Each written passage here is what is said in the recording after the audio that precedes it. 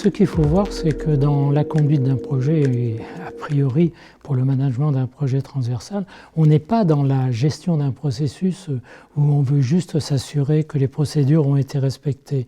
D'ailleurs, ces processus, ou bien souvent, c'est le processus qui pilote les hommes et non pas les hommes qui pilotent les processus. Et ce qui est particulièrement démoralisant, démotivant. En fait, c'est tout le contraire qu'il faut faire. Il faut s'assurer d'avoir un management exemplaire. Je veux dire par là exemplaire en ce sens qu'il faut qu'il soit différent du management hiérarchique traditionnel. On n'est pas en train de vouloir changer la manière les individus. Ce qu'on veut faire, c'est les faire travailler autrement, dans un cadre différent, pour libérer leur initiative, pour libérer leur créativité. Donc pour cela, il faut vraiment changer le mode de management et accorder une grande importance à la dimension humaine.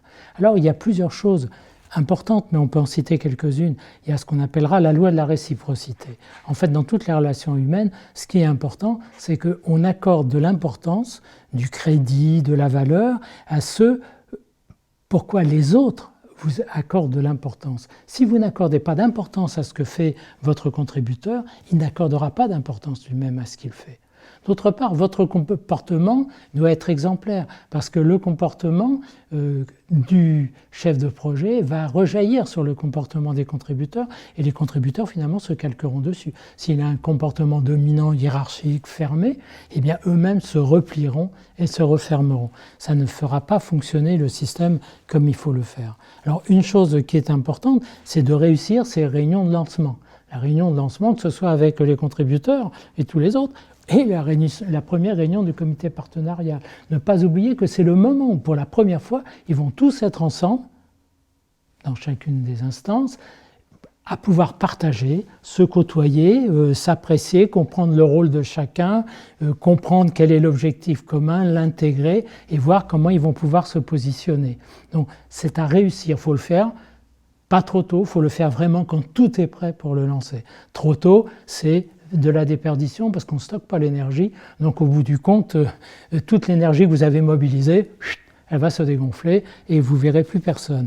Alors ça, c'est une chose importante. De la même manière, il faut jouer sur pas mal de choses, comme le compte à rebours. Le compte à rebours, c'est un mobilisateur d'énergie. Parce qu'en fixant des jalons chronologiques avec des points où on va mesurer les résultats obtenus, etc., on motive les gens parce que c'est un facteur de dynamisation, mais aussi ça permet de mettre en évidence les résultats obtenus. Donc c'est encourageant pour les gens parce que en fait, on a l'habitude en général de dire tu me dérangeras s'il y a un problème. Ben non, c'est pas ça qu'il faut faire. Il faut aussi reconnaître quand ça marche et quand ça marche, il faut le souligner, le dire, le faire savoir.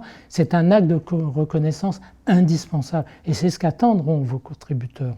Voilà des éléments qui sont importants dans la conduite de projet.